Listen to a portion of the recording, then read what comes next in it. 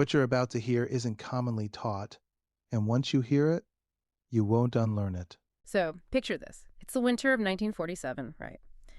And there's this Bedouin shepherd he's just wandering around the jagged cliffs right along the northwestern shore of the Dead Sea. Just completely arid, unforgiving terrain. Exactly. And he's just looking for a stray goat. That's it. And he gets frustrated, as you do, and he just chucks a rock into this narrow cave opening, probably just hoping to scare the goat out. Right. But instead of hearing a goat, he hears this unmistakable sound. It's like an echoing crack of shattering pottery. Oh, wow. Yeah. So he climbs into this dark, totally dry cave, and he basically stumbles into, it's arguably the greatest archaeological discovery of the 20th century. Without a doubt. He accidentally shatters a clay jar, and in doing that, he basically shatters a 1,600-year-old cover-up. That is quite the way to put it, yeah. Yeah. Because inside those jars, preserved perfectly by the desert climate, were these ancient scrolls. And among them were fragments of a book that was so incredibly dangerous, right? Like so radically disruptive to the established order that the Roman Empire and literally centuries of religious authorities had spent massive amounts of time just trying to erase it from human memory. It really is the kind of historical moment that feels like it belongs in a Hollywood script or something. Yeah, totally. Indiana Jones stuff. Right. But it fundamentally altered how we understand ancient theology, because those fragments, they proved the existence of this entirely alternate spiritual framework that had been purposely, deliberately buried. Which brings us directly to you, the listener. Have you ever been reading a story or maybe watching a film and you suddenly get this visceral nagging intuition that a massive chunk of the plot has just been skipped over? Like a glaring plot hole. Exactly. You're looking at the characters and your brain is just screaming, wait, how did we get here? Like, something is definitely missing from this narrative. Yeah, I think everyone knows that feeling. Right. So think about the opening chapters of Genesis in the Standard Bible. If you've ever read them, or, even if you've just absorbed the cultural osmosis of the stories, the origins of evil, the flood, the prophecies of the Messiah, you might have felt that exact same nagging intuition. That sense that things escalate way too quickly. Yes. A feeling that the story is just somehow incomplete, that you're only getting this sanitized, executive summary rather than the full, unedited, gritty narrative. Well, if you have ever felt that way, you are definitely not alone. And according to the incredible sources we're plunging into today, your intuition is absolutely right. Yeah, that sense of a missing puzzle piece. It's a really profound and super common feeling for anyone who studies ancient literature. And today, we are looking at texts that claim to be exactly those missing pieces. The actual missing pieces. Right, texts that fill in those glaring plot holes of the traditional narrative with some genuinely terrifying and fascinating detail. Welcome to today's deep dive. We are looking at some truly mesmerizing excerpts today, exploring the 88-book African Bible. Specifically, we're drawing from texts titled The African Bible, Enoch, Jubilees, and the Hidden Canon, and another one called The Forbidden Secrets of the 88-book Ethiopian Bible. Fantastic sources. So our mission today is to basically uncover a massive historical mystery. We're going to figure out why these massive ancient scriptural traditions were systematically removed from the texts that most people know today. Like, why were they banned? And how they survive. Right. We'll explore how they managed to survive just completely untouched in the remote highlands of East Africa. And most importantly, we're going to dive into what these specific forbidden texts, namely the Book of Enoch and the Book of Jubilees, what they actually say about the true origins of evil, the creation of demons, and even, get this, the institutional control of time itself. The scope of this is just monumental. I mean, we were unpacking alternate ancient histories, suppressed cosmic theology, and the really gritty politics of empire building, all rolled into one continuous narrative. It's going to be a wild ride. But before we jump into the deep end, I do need to make a very important note for you, our listener. Yes, very important. Today's deep dive is going to explore these sources exactly as they are written. The source material frames these ancient texts as suppressed truths, right? And it points to deliberate ecclesiastical cover-ups by early church councils. So we are going to unpack all of those fascinating historical and textual claims, but we are doing so entirely impartially. Right, we're acting as guides, not theologians. Exactly. We are not taking a religious stance here at all. We aren't endorsing the theology or taking sides in any, ancient or modern religious debate. We are simply mapping out the architecture of the claims made in these incredible historical documents so you can understand what they say and why they matter to the study of history. Which is really the best approach. I mean, we are examining the mechanics of the history, the evolution of the literature, and the really bold assertions of the texts themselves. It's like we're reading the blueprints of a totally different structure of belief just to understand how the people of the ancient world actually thought. Okay, let's unpack this. Because we have to start with the sheer math of the situation. We have to look at the numbers game. The discrepancy in what actually constitutes the Bible is staggering when you stop and look at the data. It really is. I mean, most people in the West, they grow up with a very fixed, almost immovable idea of the biblical canon. It feels absolute, Yeah. You walk into a bookstore, you buy a standard Protestant Bible, and it has 66 books. Right. Because it's bound in leather and printed on that super thin paper, it feels like this complete, sealed, unquestionable package that just, I don't know, fell directly from the sky. Right. It feels authoritative. Exactly. Now, if you happen to pick up a Catholic Bible, that number goes up a bit to 73 books. Yeah. But the texts we're examining today, they point us toward a totally different reality. Uh-huh. The Ethiopian Canon Library, which has been preserved by the Ethiopian Orthodox Tewahedo Church, and their collection contains a breathtaking 88 books. 88? I mean, that is 22 more books than the standard Protestant Bible. It's massive. That's not just like a minor appendix, right? No. It's not a couple of extra footnotes or a forgotten letter. That is an entirely different volume of literature. Like, think about it this way. Imagine watching your favorite movie, a film you've seen 100 times. You know it by heart. You know every line of dialogue. Okay. But then you find out there's a director's cut, and it has a full third of the total runtime added back in. Oh, that would change everything. Right. It wouldn't just add a few deleted scenes of people, like, walking down hallways. It would change the entire context of the plot. It would shift character motivations, introduce entirely new antagonists, and alter the whole world you thought you knew. What's fascinating here is the very concept of editing a sacred text. Because, an editing process fundamentally implies the existence of an editor. Yeah, someone has to make those cuts. Exactly. And editors are human beings. They have agendas, they exist within specific cultural contexts, and they face immense political pressures. So, while European monks and early church fathers and Roman emperors were spending the Middle Ages fiercely debating the canon. Literally holding massive councils. Right, holding these huge councils to decide what stayed in the official binding and what was swept onto the cutting room floor while all that was happening. A completely different, untouched tradition was thriving entirely outside of their jurisdiction. Which brings us to the geography of it all. Let's talk about the where, because the geography is honestly just as wild as the textual math. We are talking about the highlands of East Africa, and the sources note that this 88-book tradition survived completely untouched for over 1,600 years. 16 centuries. 16 centuries of absolute preservation.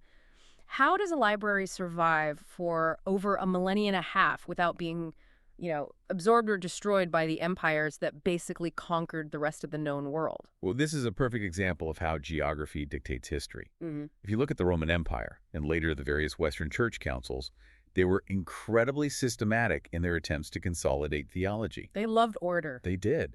When Constantine legalized Christianity and the Roman Empire eventually adopted it, they needed a unified religion to act as the glue for a fracturing empire. Mm-hmm. You really can't have a unified empire if every single province has a radically different version of the cosmic truth. Right. That's just a recipe for civil war. Exactly. Yeah. So they tried to erase certain decentralized, highly mystical texts from human memory to create a unified, easily manageable religious narrative. They would send out imperial decrees and, if necessary, military enforcement to ensure everyone was reading from the exact same script. But you can't exactly march a Roman legion or send an ecclesiastical enforcer across the terrain of East Africa. I mean, the sources describe the Ethiopian landscape perfectly. They call it a place of towering mountains and deep gorges. It's brutal terrain. Mm-hmm. The Ethiopian highlands acted as a literal physical fortress. We were talking about elevations of over 10,000 feet in some places, surrounded by sheer drops, massive river gorges like the Blue Nile, and these brutal desert lowlands acting as a buffer. Wow. In the ancient and medieval world, projecting military or political power into that kind of terrain was just a logistical nightmare. You'd lose half your army just trying to get there. Easily. Mm. So it isolated the Ethiopian monks from all the political turbulence, the theological debates, and the aggressive ideological editing of the Mediterranean and Europe. Because of that extreme geographical isolation, they were able to faithfully preserve these works without any interference from Rome or Constantinople. So they weren't just hiding. No, they were flourishing. They were flourishing in this highly protected ecosystem of belief. So they have this pristine 88-book time capsule sitting high up in the mountains for 1,600 years. But, okay, playing devil's advocate here for you, the listener, how do we actually know these East African texts are genuinely ancient? That's the big question. Right. If I'm a skeptical historian, I might look at this and say, well, maybe these isolated monks just got creative in the 12th century and started writing their own fan fiction to add to the Bible. I mean, to prove they are part of the original ancient tradition, you would need some kind of independent validation from antiquity, right? Like a totally separate source. You absolutely would, because without independent verification, it just remains a localized, isolated tradition. Yeah. But that validation did arrive, and it came in a rather spectacular fashion, completely independent of Ethiopia. It actually brings us out of the lush mountains of East Africa and directly back to the arid sands of the Middle East. Oh, back to 1947. Exactly. It brings us back to that Bedouin shepherd. The Dead Sea Scrolls. The Dead Sea Scrolls at Qumran. When archaeologists finally got into those caves and started, painstakingly piecing together the brittle fragments of parchment and papyrus hidden inside those jars, they didn't just find the standard books of the Old Testament like Isaiah or Genesis. Right. They found multiple fragments of the Book of Enoch. And crucially, they found them written in Aramaic. Okay, let's pause and unpack why that specific detail is so massive for the listener to grasp.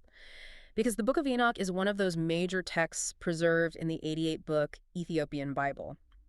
Finding it in a cave near the Dead Sea is one thing, but finding it written in Aramaic, what does that prove exactly? Well, it proves provenance and timeline. Aramaic was the common, everyday language of Judea in the first century. Like the street language. Exactly. It was the language spoken by Jesus and his disciples. Finding multiple copies of Enoch in Aramaic, dating back to that exact era, proves that Enoch was not some fringe, localized text invented by Ethiopian monks centuries later.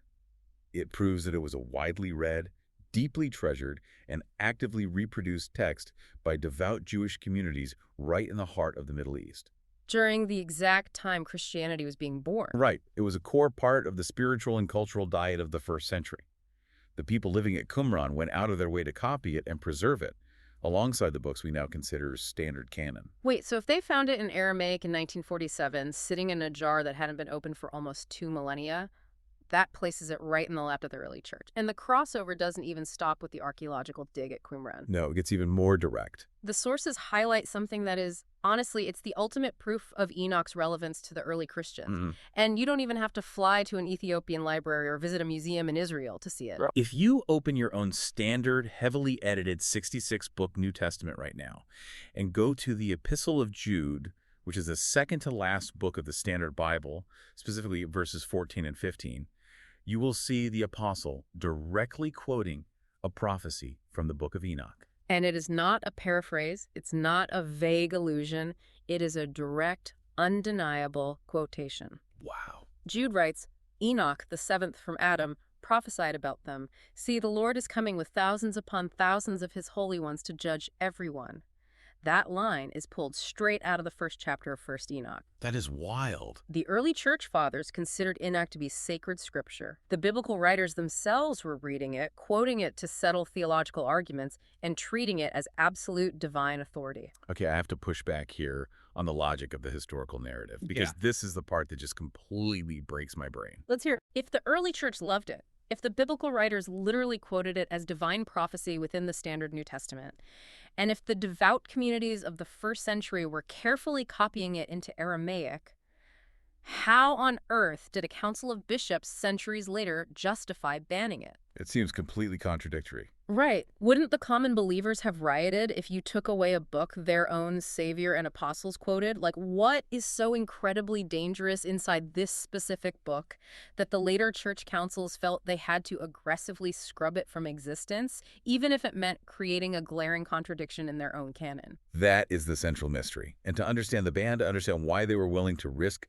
the absolute hypocrisy of leaving Jude in while ripping Enoch out, we have to look at the actual contents of Enoch. We have to look at the theology. Okay. And the primary issue is that Enoch provides a highly detailed, deeply unsettling explanation for the true origin of evil. An explanation that completely shatters the simplified, manageable, and controllable narratives that institutional state-sponsored religions tend to prefer. Ah. Okay, let's look at how the Standard Bible handles the origin of evil. In Genesis chapter 6, we get this incredibly brief, almost cryptic account. It's literally just 4 verses talking about the sons of God mating with the daughters of men, creating these beings called the Nephilim. Just a tiny fragment of a story. Right, it's in, it's out, and then the narrative immediately moves on to God deciding to flood the earth. It leaves you with massive, glaring questions like, who are the sons of God? Why did they do this? Why is the punishment a global flood? But Enoch treats that event not as a footnote, but as the central, catastrophic turning point of all human history. It dedicates entire chapters to fleshing out the full, gritty story. Yes. Enoch introduces us to a group of 200 angels, known specifically as the Watchers. The Watchers. According to the text, these angels were meant to, well, observe humanity. But they rebelled against the divine order. They formed a pact. They deliberately descended to earth, specifically landing on Mount Hermon in the Middle East, and they took human wives. And the offspring of this unauthorized cross-dimensional union were hybrid giants known as the Nephilim. Now, hybrid giants consuming the Earth's resources is wild enough. I mean, it sounds like ancient science fiction. It really does. But the sources point out that the Watchers didn't just come down to breed. That wasn't their only crime. They actively corrupted humanity by bringing things with them. They brought what the text calls forbidden knowledge. This wasn't just a physical corruption of the human bloodline. It was a technological and spiritual corruption of human civilization. Wow. The Book of Enoch breaks down a very specific division of labor among these fallen angels. It actually names names. Really? Like who? Well, for example, it introduces an angel called Azazel. Azazel is specifically credited with teaching humanity how to forge swords, knives, shields, and breastplates. He taught them the metallurgy of weapons of war. That is such a fascinating and specific detail. It's not just he taught them to be bad. He taught them the literal science of metallurgy. Exactly. And other fallen angels are listed as teaching humanity astrology, the resolving of enchantments, sorcery, and even the use of cosmetics, antimony, and precious stones for seduction and manipulation. Wait, cosmetics, it's so interesting. So it's not just giving a toddler a match. It's like handing a caveman the blueprints to a nuclear reactor. We didn't have the moral evolution to handle the tech. The text is basically saying, we didn't invent the sword through natural human progression. The technology of mass violence was handed to us prematurely by a rebel cosmic entity. Precisely. It was an unauthorized technological leap. And the inclusion of cosmetics alongside weapons of war is just mind-blowing. Why is putting on makeup lumped in with forging swords? Because both are about the manipulation of reality. One manipulates physical bodies through violence, and the other manipulates perception and psychology through seduction and illusion. It is all about hacking the natural order to gain power over others. If we connect this to the bigger picture, to the psychology of the 4th century church councils, you can start to see why this theology is so profoundly problematic for an institution that's trying to build a stable empire. Yet it's too chaotic. Yes, and because of where it places the blame.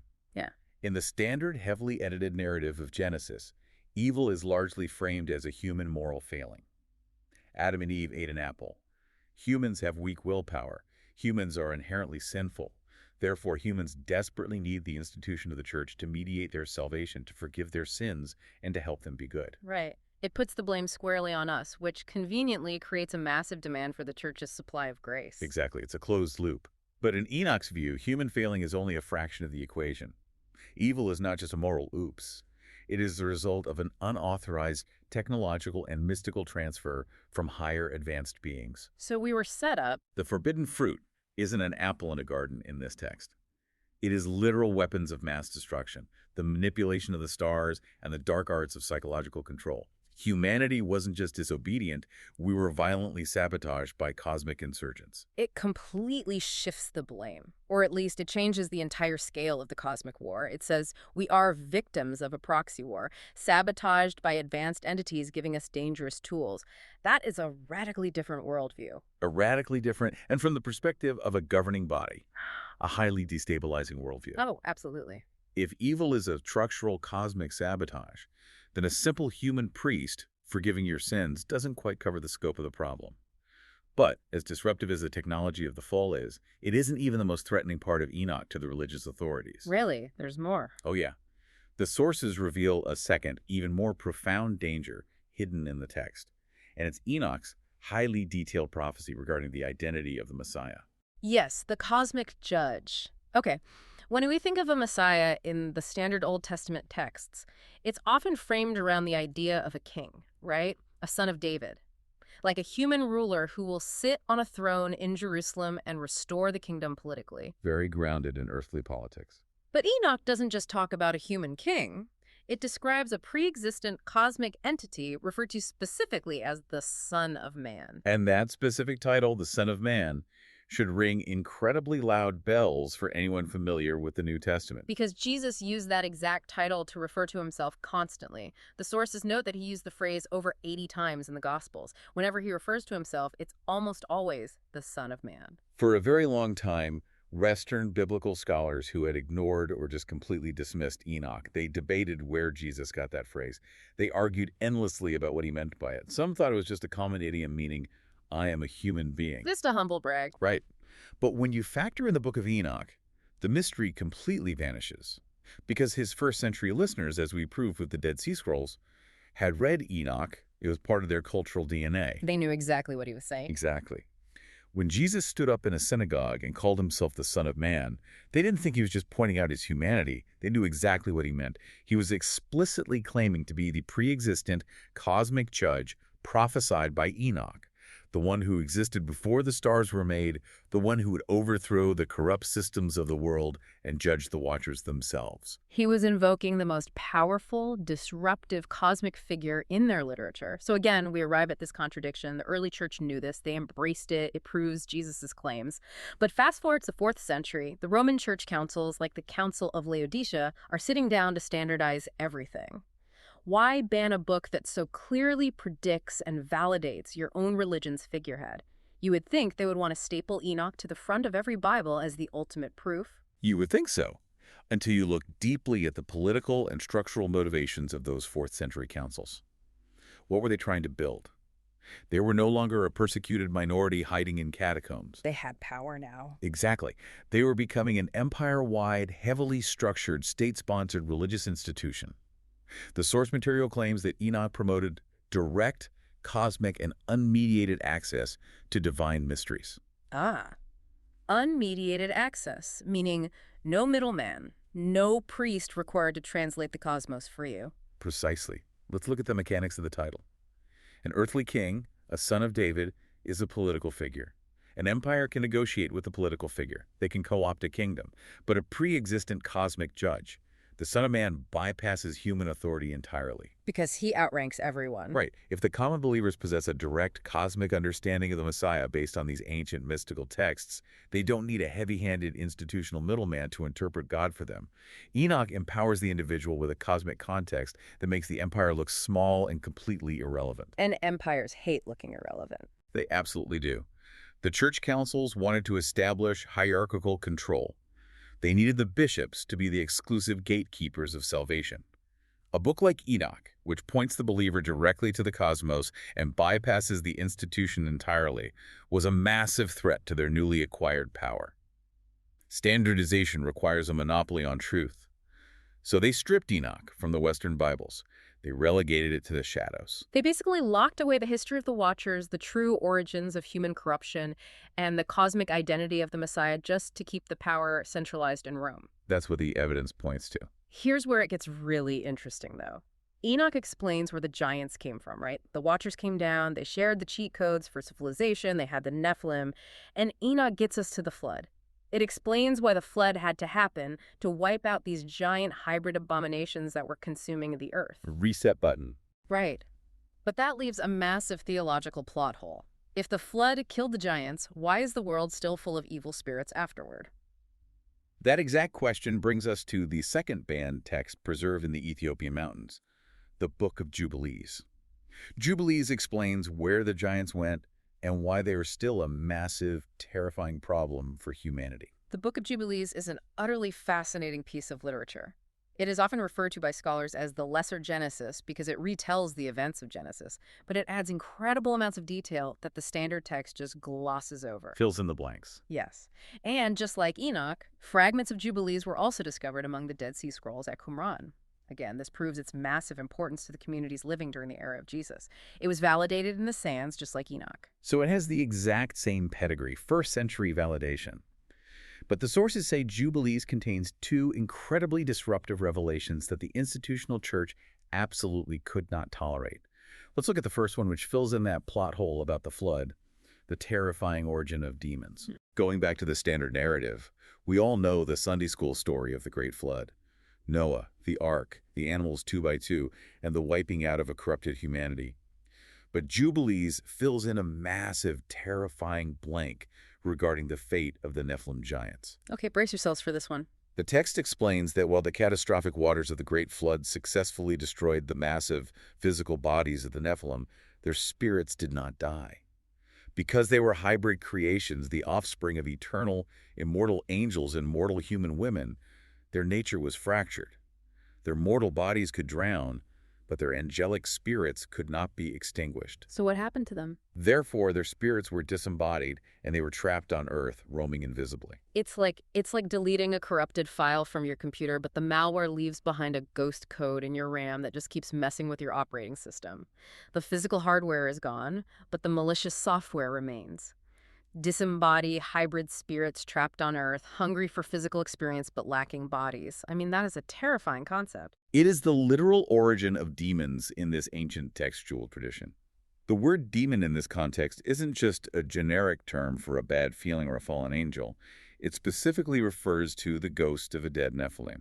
Jubilees describes how Noah, after the flood, realizes that these invisible, malevolent spirits are now plaguing his family, leading his grandchildren astray, and causing disease. They're still causing trouble. Exactly. So Noah prays to God for deliverance from these specific entities. And the response to that prayer is one of the wildest things I read in the sources, the 90-10 split. God answers Noah's prayer, and he orders his holy angels to round up and bind these disembodied Nephilim spirits in the depths of the earth, sealing them away. But he doesn't bind all of them. No, he doesn't. For a very specific divine reason, he binds exactly 90% of them. 1/10, 10% are allowed to remain free on the earth. And they are allowed to remain free for a very specific purpose: to test, try, and refine humanity. God allows a remnant to stay as a mechanism of free will and spiritual testing. Furthermore, Jubilee states that this 10% is placed under the command of a chief antagonistic figure, a satanic entity named Mastema. Mastema. Okay. So you have a specific general commanding a 10% remnant of hybrid ghost giants deliberately left on Earth to test humanity. I mean, this completely changes the stakes of the entire biblical narrative, doesn't it? It reframes everything. If you read the New Testament with this historical context in mind, it frames everything differently. Think about it. Jesus is constantly performing exorcisms in the Gospels. He is always casting out unclean spirits. They are begging him not to send them into the abyss. Without the Book of Jubilees, you just read that and think, oh, he's battling generic, abstract evil. He's curing mental illness or fighting some vague dark force. Just a metaphor. Exactly. But with Jubilees, it frames the New Testament not just as a spiritual guide to being a good person, but as a mop-up operation from a prehistoric cosmic disaster. Yeah. He isn't fighting abstract concepts. He is battling the literal surviving spirits of the Genesis 6 rebellion. Exactly. It completely historicalizes the spiritual warfare of the New Testament. Yeah. It is no longer an abstract philosophical battle between good thoughts and bad thoughts. It is a continuation of an ancient, documented, localized insurgency. The unclean spirits are the specific remnants of the Watcher's unauthorized crossbreeding program. Which is just epic. It is. And you can easily see why a heavily intellectualized Roman-influenced church, which wanted to present a highly organized, philosophical, and orderly theology, might want to suppress a text that makes the spiritual realm so tangible, historical, and visceral. It's too messy. He has too much backstory to the darkness. It's too raw. It's too specific. It turns the theology into a cosmic war zone. But as wild as the origin of demons and the 90-10 split is, the sources claim the second disruptive revelation in Jubilees might actually be the primary reason it was targeted for erasure. This is where it gets really structural. Right. And strangely enough, it has nothing to do with disembodied spirits, hybrid giants, or cosmic warfare. It has to do with mathematics. It has to do with the calendar. Yes, this is where Jubilees strikes at the very heart of institutional control. Jubilees fundamentally redefine sacred time. The text explicitly claims that God gave Moses a perfect, mathematically precise 364-day solar calendar. Now, to the modern ear, arguing over a calendar sounds a bit, dry. We just look at our phones and the data's there. But we have to explain the mechanics of why this matters. Because the mechanics of a 364-day calendar are brilliantly simple. A 364-day year divides perfectly, without any remainders, into exactly 52 weeks. And the mathematical result of that perfection is absolutely astounding. If the year is exactly 52 weeks, it means that every single sacred festival, every holy day, every Sabbath falls on the exact same day of the week every single year. Forever. There are no leap years throwing things off. There are no shifting moon phases to track. If Passover is on a Wednesday this year, it's on a Wednesday next year and 1,000 years from now. It is completely predictable. It requires absolutely no complex priestly calculations to figure out when to worship. It is basically an open source calendar for the masses. It empowers the individual. Right. Contrast that with what the ancient world often used, which were lunar calendars. This is a vital contrast. A lunar calendar is based on the cycles of the moon, which are roughly 29.5 days long. A 12-month lunar year is only about 354 days. That means every year your calendar is drifting backward by about 11 days compared to the solar seasons. That's a huge drift. It is. If you don't correct it, eventually your spring festivals are happening in the middle of winter. So how did the ancient priests fix the drift? By inserting leap months, intercalary months. But here is the catch. In a chaotic lunar system, determining exactly when to add that leap month, or even declaring the start of a new month, relied on direct physical observation. The priests had to literally stand and watch for the first sliver of the new moon. Only they had the authority to declare the new month. Only they had the authority to announce when the festivals would happen. This raises an important question. Why would a brilliantly simple, perpetual 364-day calendar be seen as a massive threat to the religious authorities and the Roman Empire? Because it takes away their job. It removes their control over time itself. In the ancient world, controlling the calendar was one of the highest, most absolute forms of societal control. Because you control the rhythm of life. Exactly. If the calendar is complex, if it relies on observing lunar slivers, or requires advanced secretive math that only the elite understand, then the common people cannot know when a holy day is approaching on their own. They cannot organize their own spiritual lives. They must rely entirely on the priests, the religious authorities, to announce the dates. It forces dependence on the institution. It is the weaponization of the calendar. Imagine if someone maliciously changed the clock in the calendar on your smartphone so that you missed every important appointment, every work deadline, every holiday. You would be completely lost. Except, in the ancient world, they are doing it with your spiritual life to make you completely reliant on them to tell you what day it is. By replacing the simple, divine 364-day solar calendar of Jubilees with their own complex, shifting, elite-controlled systems, these authorities took control of time itself. It's a massive power grab. They became the ultimate gatekeepers of worship. They cemented their own power by deciding when people were allowed to be holy. If the common people have the Book of Jubilees, they have the perpetual calendar. They can track the 52 weeks themselves. They can look at the sun and know exactly when Passover is again without ever asking a priest. Just like Enoch removed the need for a theological middleman by giving direct access to the cosmic Messiah, Jubilees removed the need for a temporal middleman by giving the people control of their own sacred time. Both books radically empower the individual and completely bypass the hierarchy. And that is why they had to burn. It is a profound realization. When you stack all of this together, the Watchers, the Son of Man, the demons, the calendar, you see exactly why the empire struck back. For centuries, most of us in the West were told that the 66-book Bible was the only complete, authorized, infallible word. We were told that the councils were just faithfully compiling what was obvious. Which is a very neat and tidy narrative. Right. But looking at this unbroken preservation in the Ethiopian mountains, looking at the Qumran caves, it proves that the historical narrative is so much deeper, so much more contested. It's far more mystical, far more dangerous, and honestly, as the source points out, it is incredibly empowering to read. It forces us to ask a very uncomfortable question. What else has been filtered? If they could suppress the very book the Apostle Jude quoted, what else is sitting on the cutting room floor? The overarching message of the text we're analyzing is clear. Individuals do not have to settle for a heavily edited history that was specifically designed to keep them spiritually and intellectually dependent on human institutions. Exactly. The sources are very clear on this. It is time to reclaim the narrative.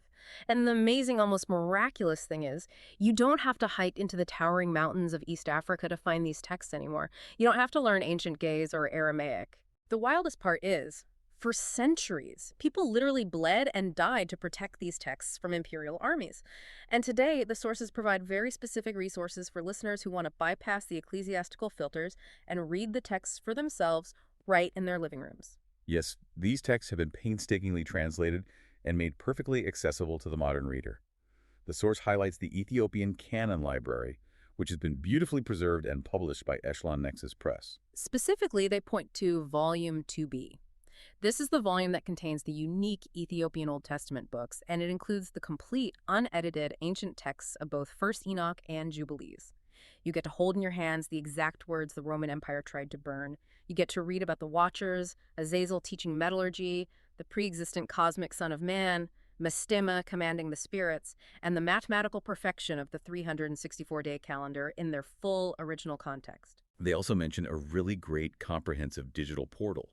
Listeners can go to BibleDetails.com/start to access the complete series library, as well as companion audio resources that help break down the history even further. And if you are going to take the plunge and read these, the source highly recommends grabbing Volume 7, which is the comprehensive study guide to the unique Ethiopian books.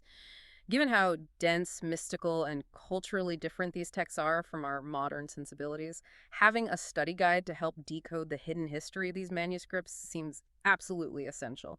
But, taking a step back from the books themselves, from the literal volumes, what should you, the listener, actually do with all this information? Like, how does knowing about an ancient calendar or a 90-10 demon split actually help us today?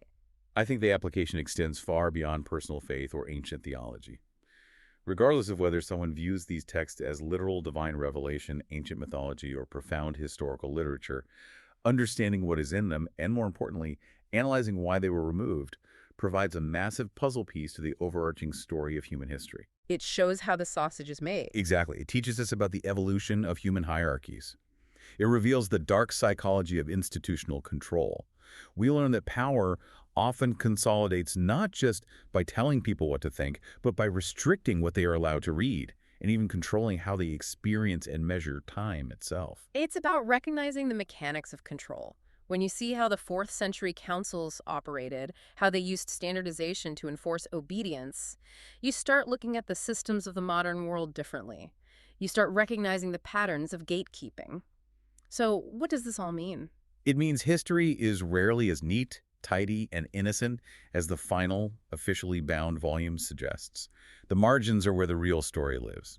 We have gone on an incredible journey today. We started with a nagging intuition that the story of Genesis was missing chapters, and we traveled to a 1,600-year-old mountain fortress in Ethiopia that preserved 88 books of ancient heritage while the rest of the world burned them. And what a heritage it is. Truly. We uncovered the terrifying story of 200 rebellious watchers descending on Mount Hermon, handing humanity the destructive technologies of war and the manipulative arts of cosmetics. We looked at the suppressed prophecy of the cosmic Son of Man, a title Jesus himself claimed to bypass earthly authority. The ultimate bypass. Right. We faced the terrifying concept of disembodied Nephilim spirits left on Earth to test humanity under the command of Mastema, and we exposed the brilliant simplicity of a 364-day perpetual calendar and how suppressing it allowed empires to weaponize time and monopolize worship. It is a stunning, disruptive, alternative narrative of human and cosmic history, one that challenges everything we thought we knew about the ancient world. It truly is. And it leaves us with something critical to chew on as we walk away today. Because if controlling a simple calendar allowed ancient institutions to cement their power by determining when people worshipped and how they tracked their lives, we have to wonder about the mechanisms of today. Oh, absolutely. What unseen, complex calculations like modern algorithms are modern institutions using to control our time, our attention, and our access to the truth? What modern watchers, in the form of tech giants or media conglomerates, are handing out new forms of forbidden knowledge without teaching us the moral framework to handle it? And most importantly, who, right now, is sitting in a boardroom deciding what gets left on the cutting room floor of our own modern history? Those are exactly the kinds of questions that keep the mind sharp and prevent history from repeating itself in the dark. Absolutely. Thank you for joining us on this deep dive into the hidden canon. Keep your intuition sharp, keep asking why the plot seems to be missing pieces, and most importantly, keep your mind open to the parts of the story they didn't want you to read. We'll see you next time. If this gave you something to think about, don't stop here. Follow the Hidden Canon presented by Echelon Nexus Press because we're just getting started.